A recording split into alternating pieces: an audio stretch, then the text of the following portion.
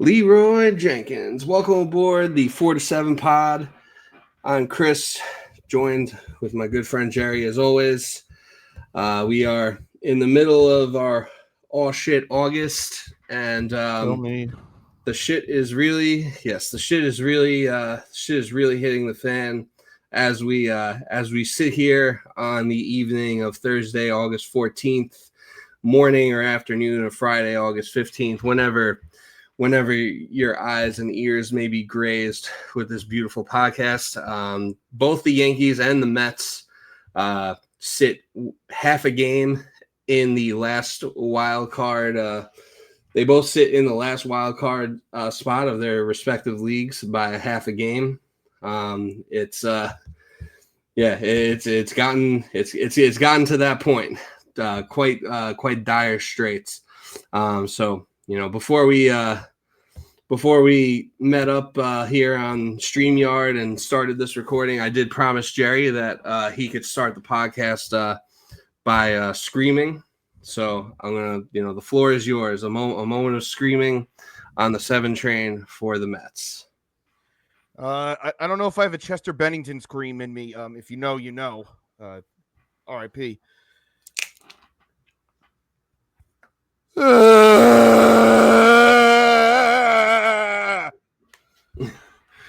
Well done. I think there might be some grindcore bands that might be interested. So I'll.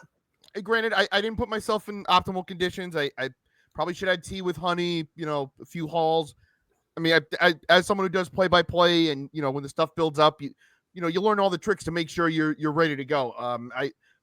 I probably should have dialed it up a little bit better, but I feel like duress is probably the best indicator in these circumstances. You don't want stealth, you want grime. I think the baseball team that you root for probably sucked a lot of the energy that you otherwise would have had for, a better guttural there. It does kind of, I can't stand this team. Yeah, this is a bit off topic, but I do wonder if there's any like doing play-by-play and like some of the tricks you do, like, because I'm sure doing stuff like that, it's got to be similar, like being like a vocalist, like in a band where it's all in your breathing and all in your diaphragm. So I wonder if like any of that is transferable.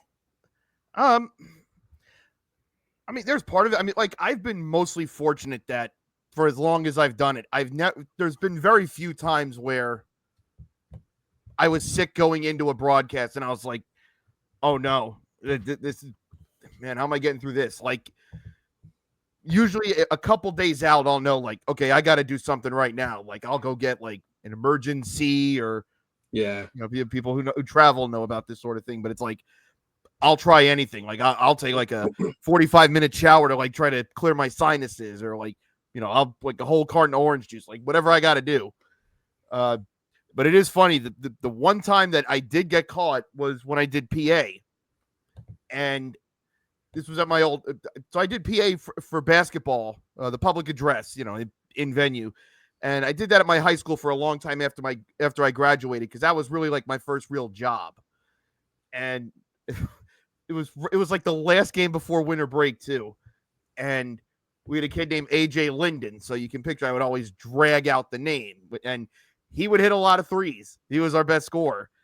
So I'm like, let me get through this last game, and then we don't have a home game for 3 weeks. Sure enough, he scores 35. He's making every single basket. If there was ever a day you wanted him to maybe be a little off. Yeah, you're the ball handler. Give it to somebody else. Come on, please. Yeah. But I'm like, everything. AJ Linden. Like, I'm like shredding whatever's left of my vocal cords, trying to get this out. But fortunately, whenever I've had to do like full broadcast, because usually, like when you do baseball or football, it's like a 3-hour game. Fortunately, I've never been in that spot, and I pray I never do. Yeah. Well, let's get into it. So the Mets dropped this. They dropped this 3-game series to the Braves. Pete Alonso did hit his 253rd home run, and I believe his 254th home run as a New York Met. So he is now the sole home run king of the Mets. So, figure I'd throw a little positive in there. Definitely deserving of the acknowledgement, but I'm sure at this point, given what's transpired since then, that's got to feel like a fairly distant memory. I almost feels like an asterisk at this point. Like, oh yeah, that happened. Yeah, or like that Wario meme, like I won, but at what cost? Except there isn't much winning to speak of. It's the Thanos meme. Did you get the record? Yes. What did it cost? The season. Yeah. Yeah, it did. Yeah, it costed everything. It seems, it seems like a broken record of just the same, the same issues. It's the same game for 2 months, repeating themselves, maybe even longer. Except like, I feel like they were doing this even when they were winning, where they weren't getting any length out of their starters. I mean, miracle of miracles, they actually got 5 out of Senga tonight. And we were talking about how 5 wasn't. Yeah, he got 5 and 2/3. Like, and we were talking about how 5 might not even be enough. Like, you need to we were talking about how you need someone to go that can go like 6 or 7. But at this point, like, I guess you'll just take 5 innings and you'll like it. Listen, 5 and 2/3. Like, wait, what are we crazy? 6 innings in this economy? Yeah. Yeah, let's not Donald get Trump's too, America. You expect 6 innings out of your starter? What is this? Yeah, those later innings always gonna get tariffed no matter what. If anybody makes Fell For It Again award hats, my hat size is 7 3/4. I'll wear this for the rest of the year. I also wear a 7 3/4 with hair when my hair is like more grown. I can do 7 5/8 when it's like short as it is now. Okay. Yeah, so I can fluctuate. That's new era size. The new era sizing chart, I'm assuming, is what we're going by. If anybody wondered if we had New York heritage, just look at our heads. I mean, that tells you all you need to know. Yeah. But I've seen people like trying to compare this to 2007 and 2008, and that's not true. Because it's funny to look back at. Well, I mean, nothing's funny, but in 2007, they had a similar stretch like in June that year where you're like, okay, what the hell is this? And we thought they got through it. And then all those warning signs showed up later. But we thought they had gotten out of it. There was nothing to, and someone even said 2021 is probably the more relatable analogy for this team. And even that's not true, because even as that was going on, it was like, all right, DeGrom's out and we don't know when he's coming back. Lindor missed 40 games that year. It's like, are they really going to stay in first place for the whole summer with Jonathan VR and Billy McKinney and Nick Plummer out here getting 4 at-bats every single night? Probably not. Like, I think they had a negative run differential. Like, I think everyone knew as it was happening that was probably a false first place placement as that year was going on. Like, yeah, in mid-June, it was like, yeah, there's some things that they probably could stand to be better at if they're going to win the World Series. But there were no flashing red lights that said disaster around the corner. And I feel like it's not really fair to compare this to 2007. Like, I feel like that September collapse really came out of nowhere. And I think, obviously as a Mets fan, I'm sure you're always prepared for like the worst to happen. But at the same time, there weren't like actual warning signs where, like, with this team, I feel like the expectations around this team are far higher than the expectations for the like 2007 or 2008 Mets were. Combined with the fact that you have these like red flags, like, right in your face, that have been there really since the season started, but really started to come to light, I would say, like, in the June swoon. And we've just had a new sort of pun for each month since then. So, September's right around the corner, so we'll have to figure out something out. But I think at this point, like, if the Mets do totally implode and collapse in September, you're probably not shocked. It wouldn't shock me if this team doesn't make the playoffs. Like, what sign is there that they're coming out of this? They don't bury teams. They don't hit with runners in scoring position. They don't get any length out of their starting pitching. Half their bullpen is fried. Like, they'd have Reed Garrett come in the fourth inning last night, and we saw how that ended.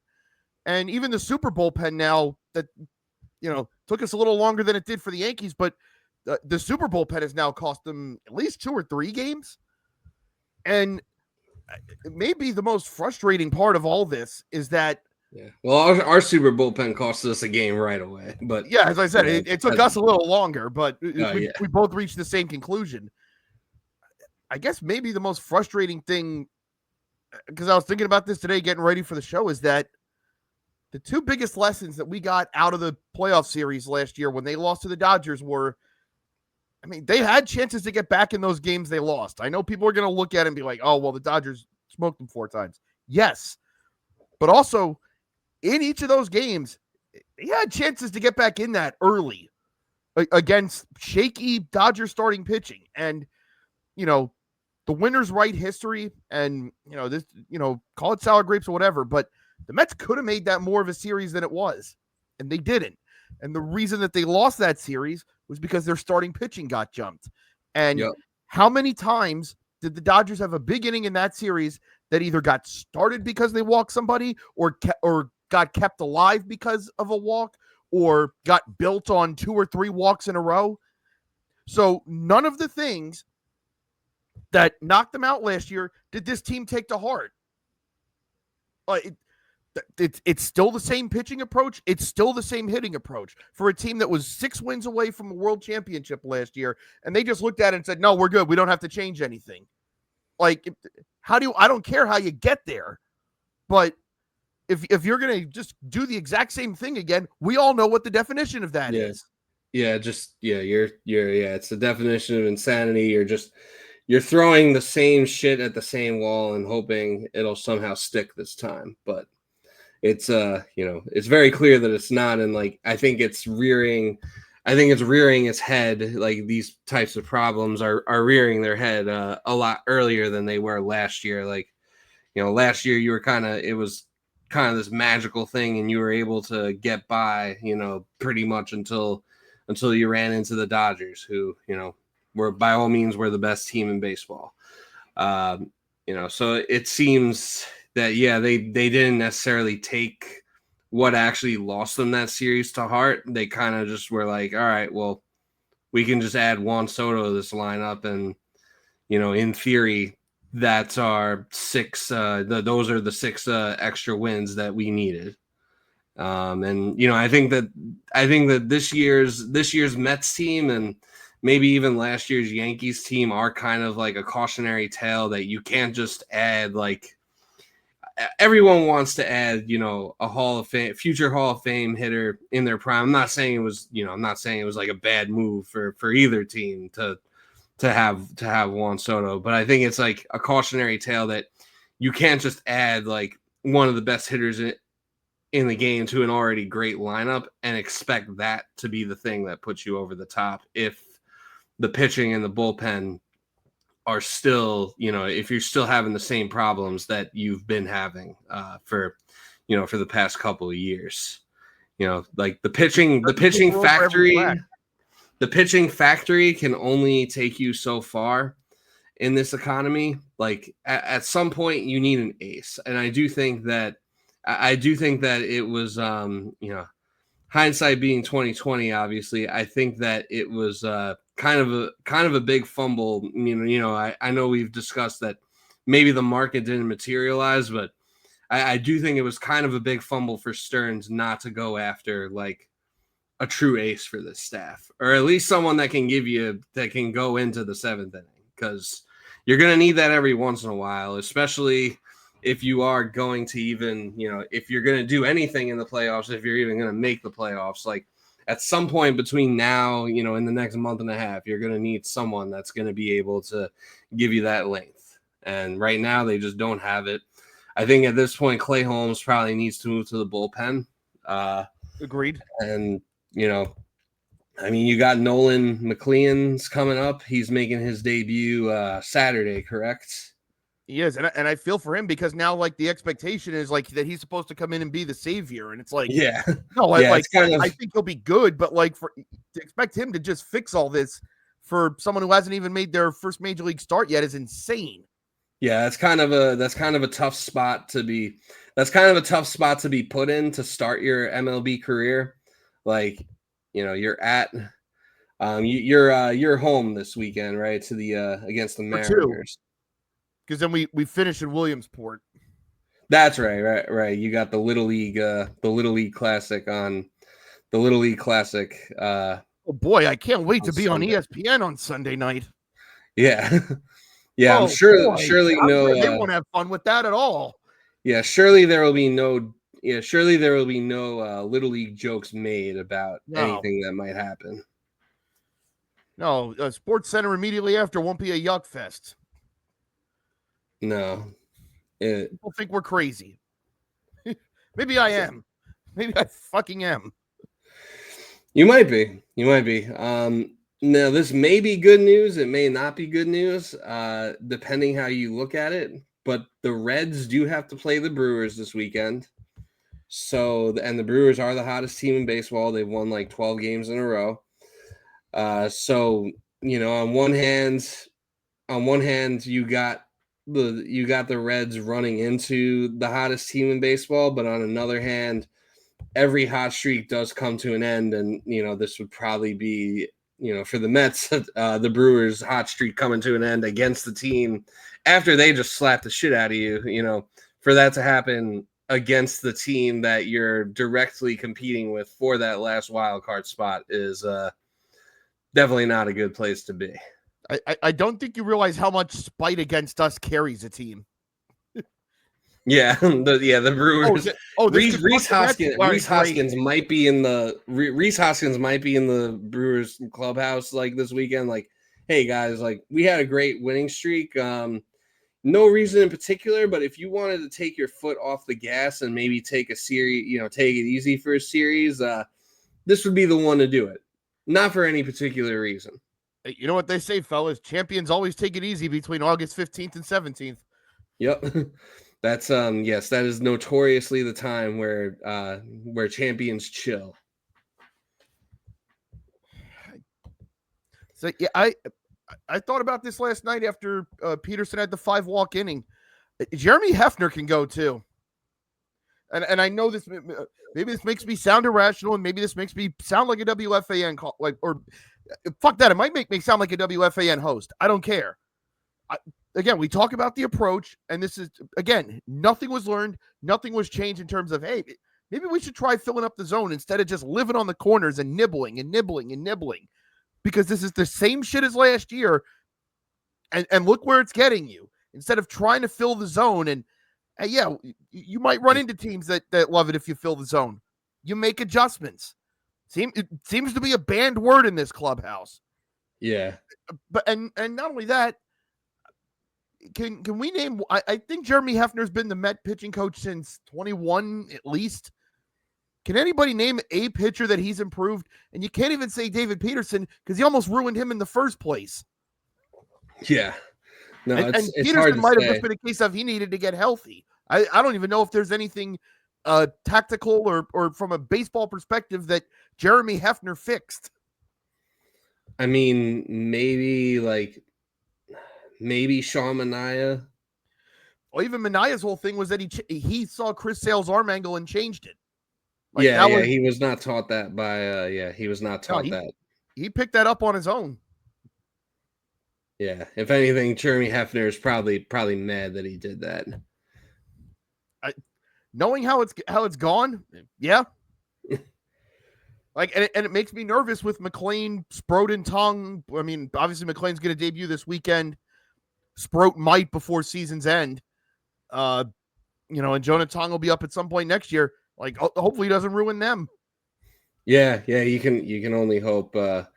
Yeah, like it's a tough situation for McLean because it's like basically he's getting thrown into the fire. They're gonna ask him to be the savior, and it's like pretty much like I don't know what the expectation is going to be like in house for him, but I think that Mets fans are going to expect like, all right, we need this guy to give us at least 6 innings today, like get us a quality start. Hey, it's such a low bar to clear, man. Be competent. Yeah, like be competent, get a quality start, hand the ball over to the bullpen with the game in a reasonable situation. Like we don't even have to be winning. We just have like just make it so that it's a winnable or manageable game at that point. Fuck it, they might blow it too, but who knows? Yeah, they might. They really might. Nothing. Nothing. I don't think anything would surprise anyone at this point. Are you? How do you feel? Like, what's the temperature check for you on Mendoza? Are you like? I know you're done with Chavez and you're done with Hefner, but like, where do you stand on Mendoza at this point? And like, what role do you think he might play in this collapse? I mean, he hasn't been perfect, but I see people already like calling for his head. I think that's insane. Again, not perfect. Like, the issue in the first game against the Brewers on Friday, I think it was Friday night or Saturday. I mean, they all blend together at this point. But the game where Marte gets on and you don't pitch run for him, and then he ends up getting thrown out at the plate to end the game. When you had Taylor in as a pinch runner earlier in the week, had the potential game-winning run going around third, and Sarba puts the stop sign up and in all likelihood lost him that game. And then you have Taylor on the bench. Like, for what other reason is he there if he's not going to be your defensive replacement or a pinch runner in that situation, and then you don't use him? Yeah, and literally his two best traits or two best contributing factors. I mean, I could say some of the bullpen calls are wrong. I mean, bringing in Stanek in the 7th inning of a close game is insane.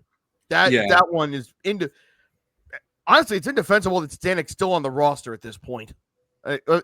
It should be so easy to just DFA Stanek, move Holmes into that slot, bring Sproat up. Again, on the simple basis of just try something. You would think. Try. Okay, well, none of these things are working right now. None of the things you're trying are working. There are reasonable alternatives that might work that are at your disposal. Do you think it might just be Stearns being stubborn, like, like basically like being like, no, we're not rushing these guys, and we're gonna trust my process and trust my pitching factory that I've created. Well, one, the pitching lab's on fire at the moment, given the way things have gone. Yeah, someone spilled some chemicals. No. They've already brought like whole fire departments in town, and they do not have this contained whatsoever. But I hope they're not being stubborn in the sense of service time rights, because it's mid-August. Like, who gives a good goddamn about service rights now when you're a half game ahead for the last playoff spot? Like, genuinely, who? Yeah, and your owner has $20 gajillion. Service time is the least of should be the least of concerns at this point. Yeah, it's. Let me ask you this: the thing about this is that it's a winnable division. Like, this is. Yeah, Philly doesn't seem to. They're good, but this should not be a team. Like, obviously, like the Mets were never going to catch Philly last year for the division anyway. One, because they had dug themselves such a steep hole early that was never on the table. But two, the Phillies were a better team last year. Anyway, okay, well, you would have to be as hot as the Mets were. It's like, well, you'd have to play even further above that level, which just I don't think you can. Yeah, no, it's still only. They're not invincible. Yeah, it's still only a 5-game. Yeah, it's still only a 5-game lead. for as bad a stretch as like the Mets have had, since like the beginning of June, for as bad as it's been, a better team, I feel like, should be able to really run away with the division a lot more than what we've seen with the Phillies. Now, when the Phillies were playing the Reds this week, did you find yourself rooting for the Reds to win to keep the division close, or did you find yourself rooting for the Phillies because you want to keep the Reds away and you just want to get a playoff spot? In all sincerity, we're playing so badly at this point that it's like that I don't even think you can have a preference. Yeah. Like, how can you really scoreboard watch and pick a side when it's like we're not even good enough to be in that position right now? When we were coming down the stretch last year, sure, you need every result you can get. Right now, it's like you're not even good enough to do that. Win your own damn game first. Yeah, if you're not taking care of your own business, I guess it really doesn't matter if you're not taking care of your own business. But I mean, at the end of the day, there's still a month and a half left of this, and one of those games, could end up being the difference. So I always try to like remember that, I guess. Or I guess I should try and practice what I preach, because I kind of have the similar mentality. It's like, yeah, the Guardians are right there, but what does it matter if we can't even beat the fucking Marlins or whatever? Here's the thing. Every night I'll look, like, because for the past few nights I've tried to stay away because I'm just like, this is not good for me. School just came back. I'm back working, at my college. Everybody's back. Where our season's about to dial up. Like, you know what? I'm in a good mood. I'm back where I want to be. I enjoy the work that I do. I don't need this team pissing me off and putting me in a foul mood going into work. And then it's like, hey, they're up 4-1 in the 7th. You know what? Maybe this is it's a 4. Like, and you know why? And this is why I'm going to keep watching, because I'm a fucking idiot. 26 years I did this shit. It's either stupidity or some sort of mental illness that goes into being this devoted to a team. 2 for 2. Yeah. No, I'd say collectively we got like an OPS of 4,000 on that statistic. Oh, we are 1930s Lou Gehrig. That's what we are. Yeah. Except Lou Gehrig thought that he was a lucky man. We both know that we both know that this ain't it. Is this how the end felt? Because no, I'm sure it was way worse. Once your lower regions start flaring up and acting out, then you're I think that's when Lou Gehrig knew. I can never hear someone, and believe me, and I know it's a serious topic, and I actually know someone who lost a parent to that, so I don't say this glibly, but I can never hear Lou Gehrig's disease without in my head hearing Dennis Leary doing Babe Ruth with the voice box being, poor Lou Gehrig. I had a Lou Gehrig's disease. How the hell did you not see that coming? We used to tell Lou, there's a disease with your name all over it, pal. Listen, I'm 2 negatives make a positive here. So I'm thinking shit's bad enough. If I put my own negative karma out here, like maybe that'll undo I don't know. Yeah, or maybe or maybe you're just hoping that the bad karma will just take you out. I don't know at this point. Listen, the Bucs ain't winning the Super Bowl this year. She's releasing a new album. They are not letting the Chiefs lose the Super Bowl again. So that's out. Yeah. Yeah, a lot of grown men had a lot of things to say about a certain podcast that dropped yesterday. But hopefully you'll have just as many things to say about this one. We're slightly less annoying. Yeah, at least I like to think so. I try to be. Yeah, I definitely try my best. Yeah, so you got Seattle this weekend. You got McLean making his debut. So you hope for the best there. You hope that you don't get completely embarrassed on Sunday Night Baseball in Williamsport.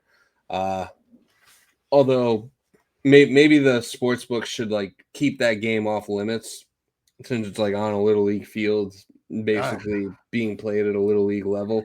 They had a big I saw that. They released a statement today being like, don't bet on little league games, basically, which on the surface I agree with. Although there is something sinister and fun about the idea. I can't lie. But it being 2025, of course, there was still something tone deaf in there. They put that statement, and then right in the middle of it, presented by T-Mobile. I'm sure they have a deal. Yeah. I am not blind to this.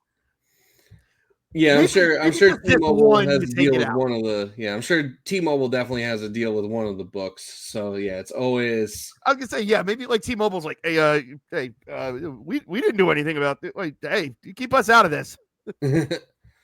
Yeah, no, we're actually pushing the books to try and open up some markets for these games. It's our phones. We include FanDuel on every single phone. I might have to flip like T-Mobile and make you a sidekick. And then you got your good friends. I don't co-sign that. That's my Jude groove. That's my Cameron lyric for the episode. Oh. And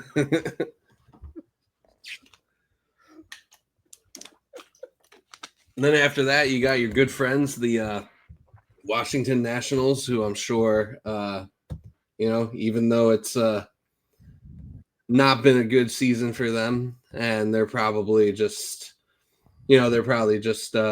trying to get to the end at this point. I do think we have 2 series left against them, and now all of a sudden I don't feel so good about those either. Yeah, I mean, how could you really feel good about anybody? Yeah, even I'd say even like, I mean, you saw how it went when you played like the Pirates and even like the Rockies. I mean, you guys did fine against the Rockies, but unfortunately, there's no Rockies games left on the schedule for you. This schedule, I know we went over like last week when we were on. It was like, well, it's here till September 7th. Even beyond that, they have one more series with the Nationals in September, but there's really no let up on this schedule whatsoever. And I say that including the Marlins because we've seen how good the Marlins can be of late, and also especially when you have to play them in Florida. And let it not be forgotten, the Nationals also played a part in 2007 and 2008 as well. So I will not be forgetting that either. Yeah, in 07 and 08, was the last series of the season against the Marlins both of those years, or just one of them? Yep. Okay, that's in 07 it was them, and then they closed Shea. So yeah. Yeah. R.I.P. Yeah, so yeah, you definitely got to right the ship against the Nats. And if you could, if you could get your shit together, I know not too long ago you were asking us very nicely to get our shit together. I think when we were playing the Phillies like a few weeks ago. You asked us very nicely to get our shit together, but yeah, if you could get your shit together, because we're a couple of games behind the Mariners, and I don't know, right now we're sitting in the 6th seed. I know I said my display name says don't talk about playoffs, but right now we're sitting in the 6th seed, and that puts us up against the Astros in the first round, and I'm it's hard to really feel good about any team, but yeah, if you could give us any sort of help in that regard, would be greatly appreciated. Best I can give you is 1 win in the series, boss. All right, understandable. Have a nice day. But we'll take what we can get, but moving on to the Yankees side of things. So since our last recording, the Yankees lost the series to the Astros. No real surprises there. Aaron Boone pitched Devin Williams in a big spot, and the Yankees end up losing that game in 10 innings. And since then, Devin Williams has kind of become he's kind of become like our sixth inning guy now. And for what it's worth, he looks pretty good when he's pitching in the sixth inning. So, at least we got our sixth inning guy, I guess. Sounds nice. Wish I had one. Yeah. Yeah. Another case of you wish the starters could go a little longer.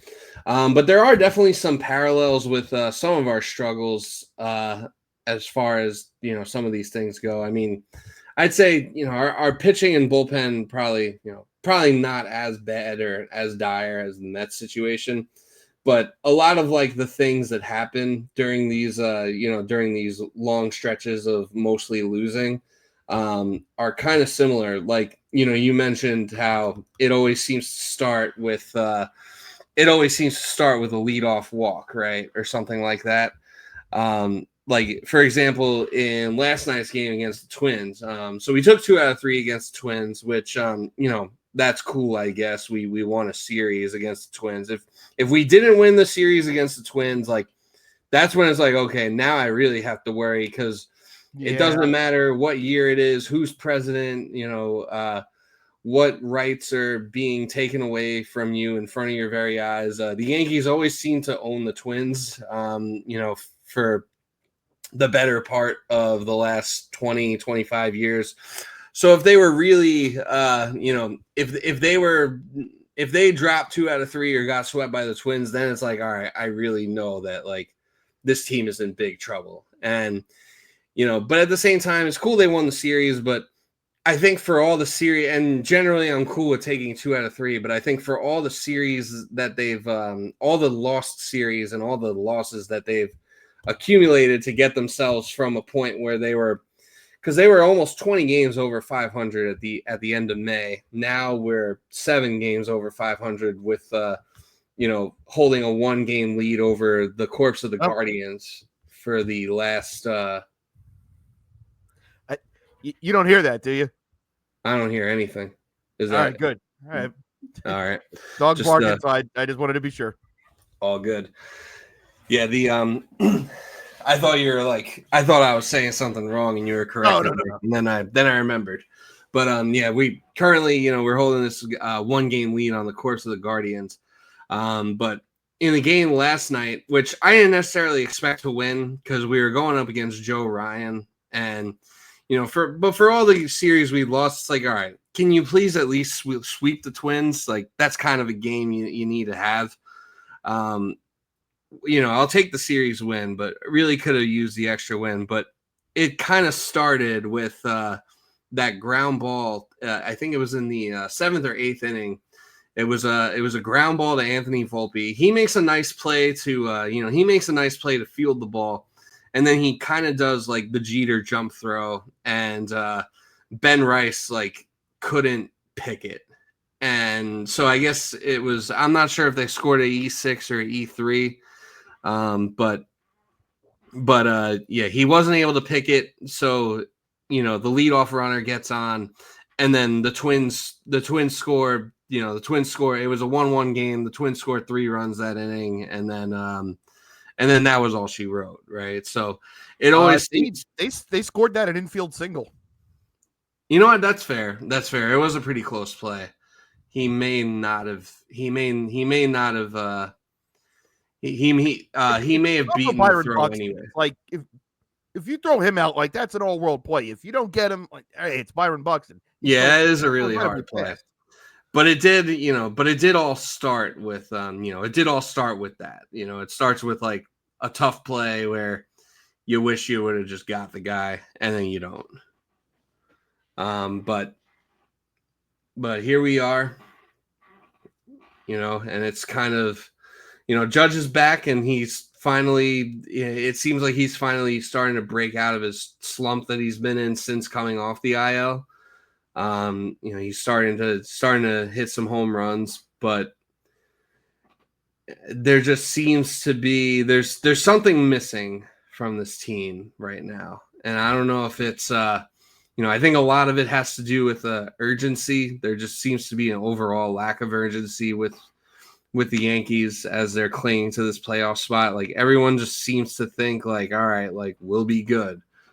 But until you're good, I just don't see it.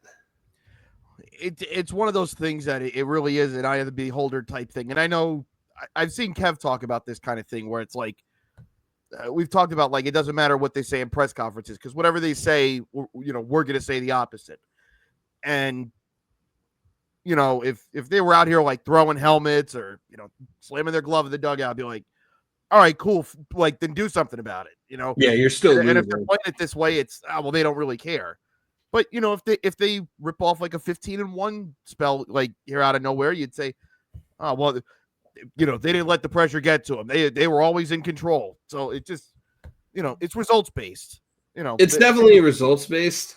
I guess it just, but as far as, I guess, the quote unquote urgency, it's not even necessarily anything they're saying. I think a lot of it has to do with just how they've continued to play, where it's kind of just, the same story as usual.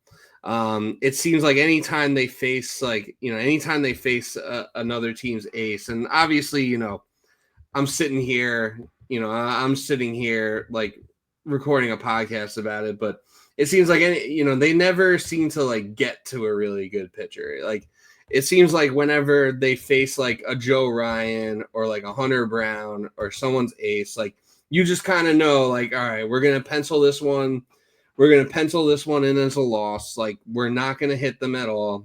There's just not going to be, like that. There's just, it just seems like, I don't know. They don't really, like you said before, like, they just don't really seem to adjust when they face these great pitchers. And I don't know how much you can actually adjust, but I don't know. Something's got to change, especially when you're making Jason Alexander look like a Cy Young Award winner. I understand what you're saying about all that, and all of that's valid. But I would tell, and I don't know if the Yankees have if this has been an ongoing problem for them or if this has been a this year type deal. But I can speak from experience that nothing is more frustrating, because the Mets did this with the Phillies years ago, where Cole Hamels can talk all he wants about us, and he will, but the Mets owned his ass. And then we could not hit Kyle Loesch or Jamie Moyer. And let me tell you, that will make you lose your mind. Yeah, that might be even more frustrating. With bums. Yeah, that's probably even more frustrating, is when they make like some no-name pitcher look like a god.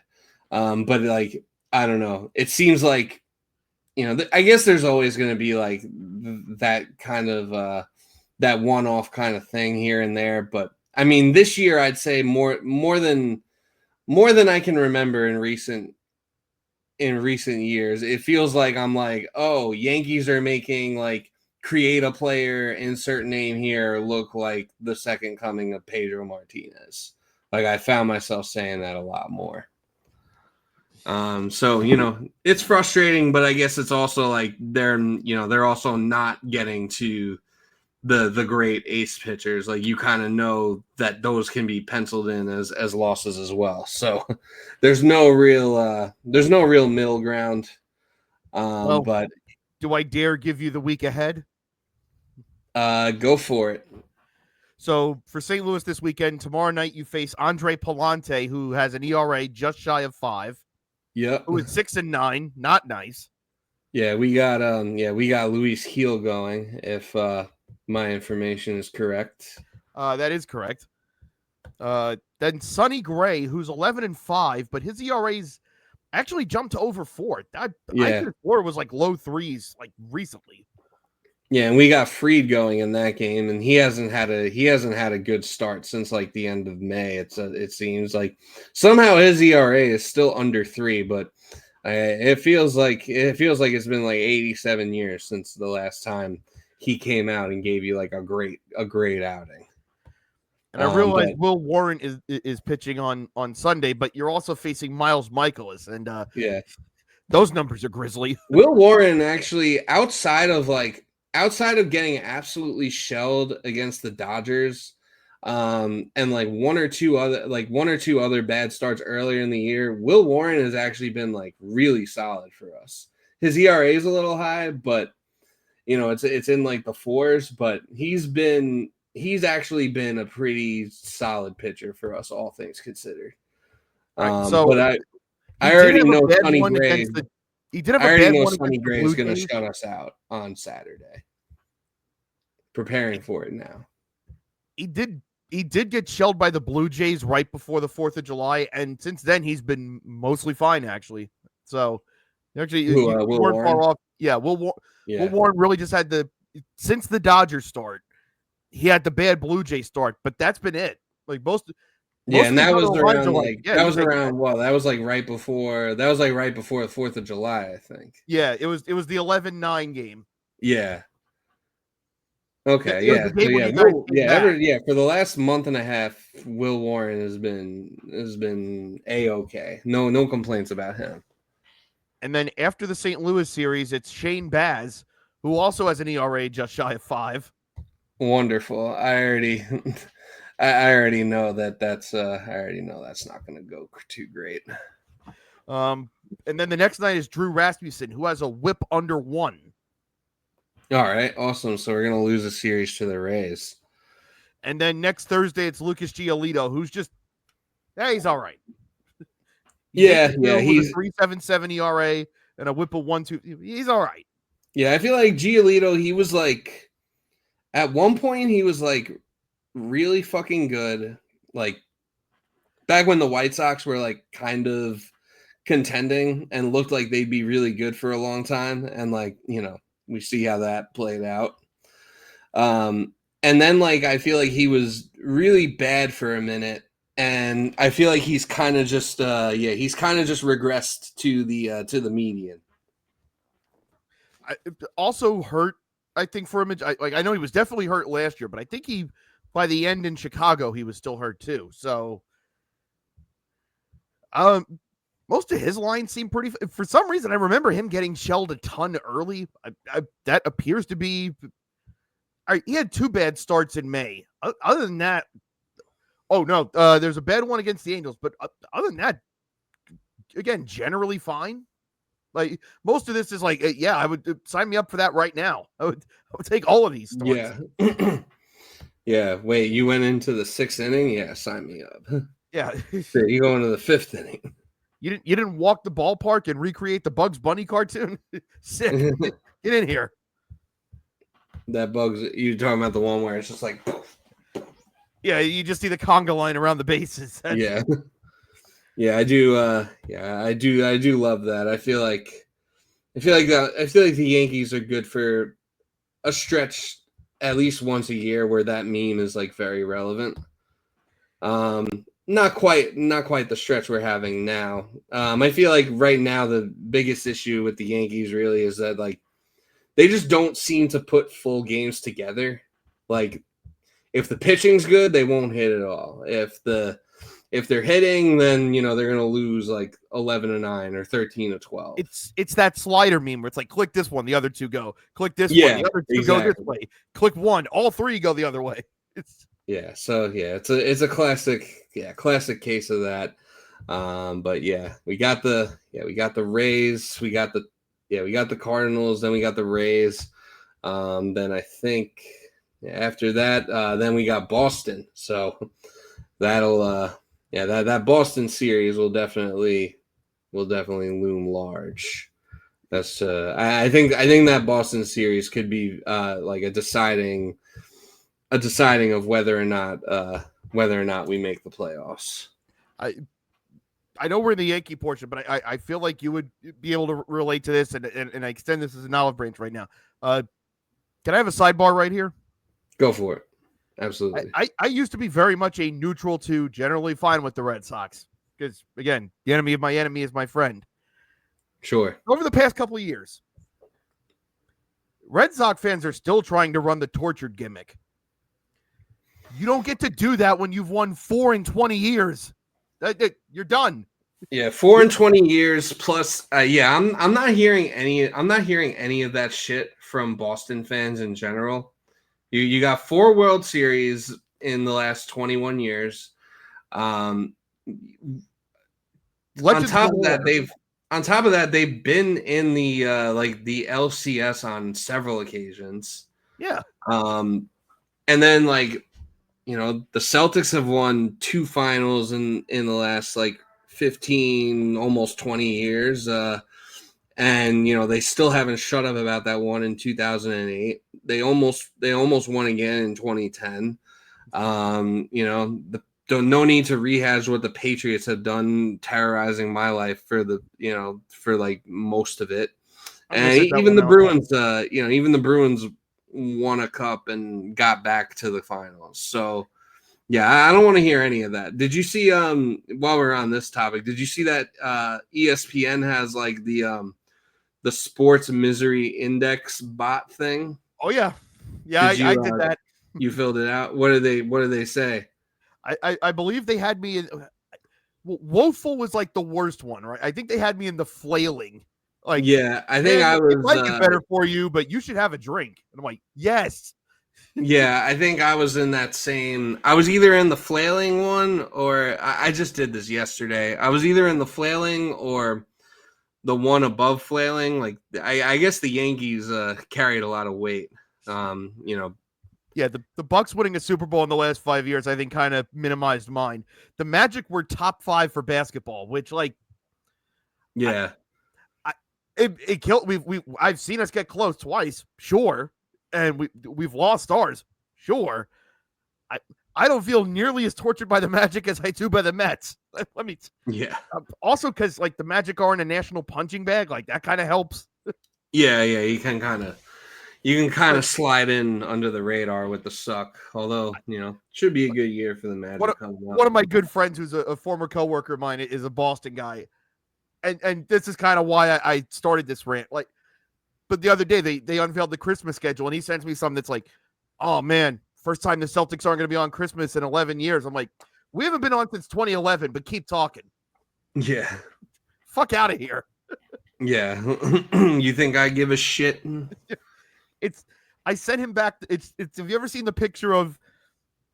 It's Mel Gibson on the set of The Passion of the Christ talking to the dude playing Jesus, and he literally is in blood with the crown of thorns on him, and Mel Gibson's just sitting there in a flannel shirt and jeans. I'm like, this is you talking to me.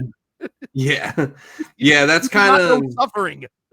Yeah, that's kind of how it is when that's kind of how it feels sometimes being a Yankee fan in Pittsburgh surrounded by Pirates fans. It's man, because when you're in the echo chamber that is Yankee Twitter and Yankees internet fandom, it feels all of our complaints are definitely real and valid, and even if you just watch the games, it's these are legitimate things that are problems that I think are right to complain about. This team should not be ringless in the last, this team shouldn't, this is going to sound entitled, but I don't think this team should be ringless since 2017. I think there should have been at least one in there, but it is what it is. But that's kind of, then Pirates fans are oh, I'd be happy if we won 80 games. And it's oh. You go down to PNC Park, you're Lieutenant Dan, you ain't got no legs. Yeah. Damn, bitch, you live like this? Yeah.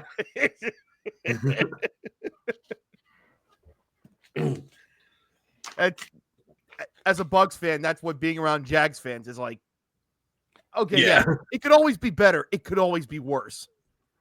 It could, yeah. The truth always seems to lie somewhere in the middle. I mean, that's a compliment to Jags fans because they put up with a lot. Yeah, and perception really is everything too. Like, for it might not make sense. It might not make sense to an outsider why Yankee fans are always like, "Oh, Herder, like fire Aaron Boone. He's such a terrible manager." But like, I mean, if you watch the games, you'll see why, and you'll see that honestly that with a better manager, this team probably goes farther. No, I having kind of being a little bit more invested in Yankee games now with this, it's like, no, I get it. Like none of this is that outlandish. Yeah. Like it's like, I'm definitely crazy, but it's like, all right, like, like we're all seeing the same thing, right? Now, between you and Kev, I have good ball knowing Yankee fans who are like, yeah, this is, these are the actual roots of the problem. And then you go, yeah, they're right. That is the roots of the problem. Yeah, there are plenty. Yeah, I mean, and I'll be honest. Like, I gave Aaron Boone a lot of grace, especially, and I put JJ in the ball knowing Yankee fan category too. Shout outs to JJ. Yeah, that's fair. But I mean, and to be like fair, like I gave Aaron Boone like a lot of grace. There were a lot of people like on Yankee Twitter have wanted Aaron Boone fired since literally his first game in 2018. I remember people being like, "This guy sucks. Like, why did we hire him?" And I'm like, all right, like maybe I was like nostalgic about him hitting that home run, but I was like, all right, like let's give this a chance, like. And then he had like the savages in the box moment. I was like, yeah, no, fuck yeah, Aaron Boone, like. That's our fucking guy. And yeah, now I'm just like, please, like if I had to hear this person say it's all right in front of us one more time. Yeah, you cannot be in on a hire. You can be like, hey, I would have rather they hired this guy, but it's like, let them prove it. Let them prove that you think it's a bad hire.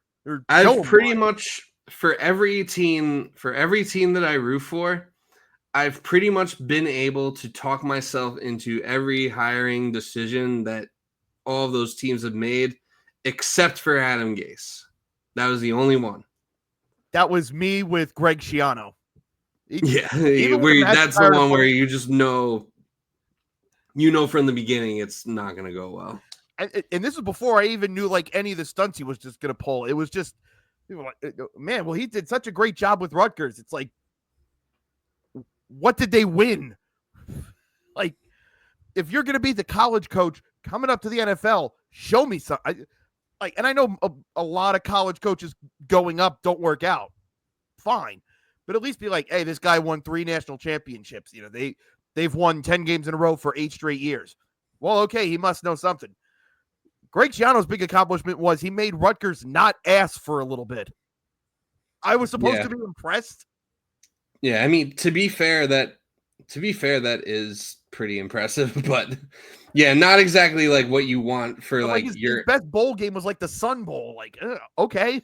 Yeah, not exactly what you want for like the Sun Bowl, which I think Pitt has like a residency in the Sun Bowl. They're like in it like every year. But yeah, not exactly what you want for like your NFL franchise. Dare I say Pitt might actually be kind of good this year? I think there's a world where that happens. They should be good, honestly, but like they're gonna pit and they're gonna end up winning like 6 or 7 games. I do want to give you this as the fun. I'm looking this up to confirm it right now, and this actually is true. So, Buddy, who is the offensive coordinator at Pitt right now, Cade Bell. So for a while before he got his big break into Division I, he was at a school called Valdosta State with his dad because his dad was the head coach there.